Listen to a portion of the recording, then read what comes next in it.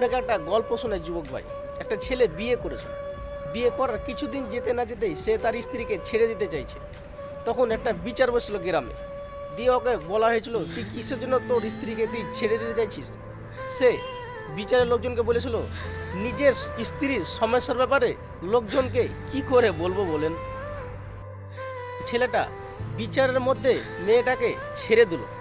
ছেড়ে দেওয়ার পরে বিচারের লোকজন তাকে জিজ্ঞাসা করলো, এবার তো তোর কেউ লাগে না, সে তো তোর এখন স্ত্রী নয়, এবার বল মেয়েটার মধ্যে কি সমস্যা ছিল।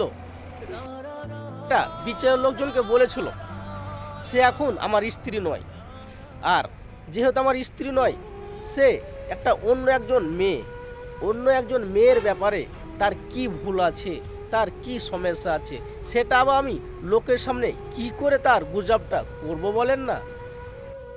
আপনি তো যুবক ভাই, আপনার সঙ্গে একটা মেয়ের আগে বিয়ে হয়েছিল, হয়তো কোনো কারণে ছাড়বার হয়ে গেছে, তার গোপন কথা আপনি বন্ধু বান্ধবের মধ্যে ফাস্ট করে দিচ্ছেন। এমনকি তার নাম্বার, যার সঙ্গে কথা বলতেন যে নাম্বারটা, সে নাম্বারটা ফেসবুকে স্ট্যাটাস মারছেন। আপনি একটু ওই গল্প থেকে একটু শিক্ষাটা নেওয়ার চেষ্টা করবেন।